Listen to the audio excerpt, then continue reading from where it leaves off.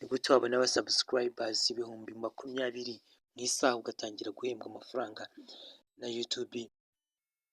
Ikaze ndi umuvugizi wa rubanda n'umugaragu w'ibyegeranyo n'amakuru Pero ngiye kubagezaho uburyo bugiye butandukanye wabona aba-subscribers ibihumbi 20 mu gihe gitoya cyane. Ndaza kukwereka akantu ku kandi urebe iyi video ntucikwe, kandi ubundi buryo bwihuse ndaza kubukubwira nyuma video irangiye. Uburyo butandukanye abantu benshi bakunze gukoramo amavideo nibwo butuma babona aba-subscribers cyangwa se abantu babakurikira, ariko nanone ikintu cya mbere, ese urwo kwande uturuka kwande?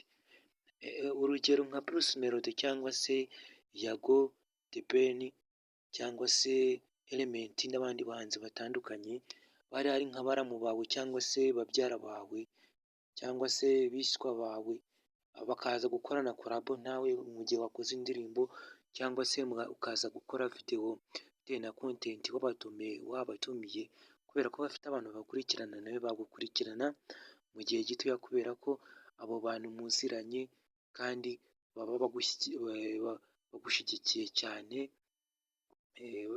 Noneho ibyo niyo byatuma utera imbere cyane, ushobora kubona aba-subscribers cyangwa se abantu biyandikisha ku muyoboro wa YouTube, abantu bakurikirana ibyo ukora buri munsi.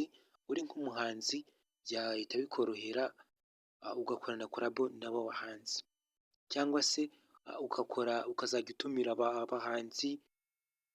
Nabyo bisaba amafaranga uko umeze mu mufuka abantu bagukurikirana, kubera ko bitewe n'ibyo ukora.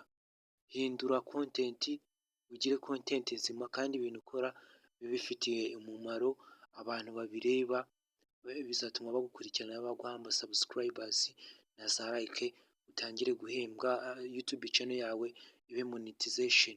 Ariko abantu benshi nzaza kubaganiriza ku bantu bize ibintu byinshi bagenda bica kuri ama-subscribers hano kuri YouTube, nk'uko abandi bari kugenda babikora. Namwe mubikore niba ari ubwa mbere urebye iyi video.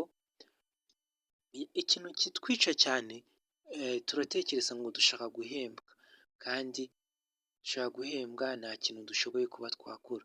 Wareba umuntu ushaka guhembwa, wareba ibintu akora kugira ngo uzagire amasaha 4000 n'aba-subscribers 1000 nk'uko maze kubagera kuri YouTube. Biragoye cyane, bisaba ko ukora ibintu bifite inyungu, abantu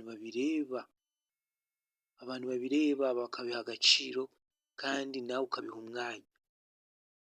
Tanga isomo rifatika, urebe ngo urabona abantu bagukurikirana.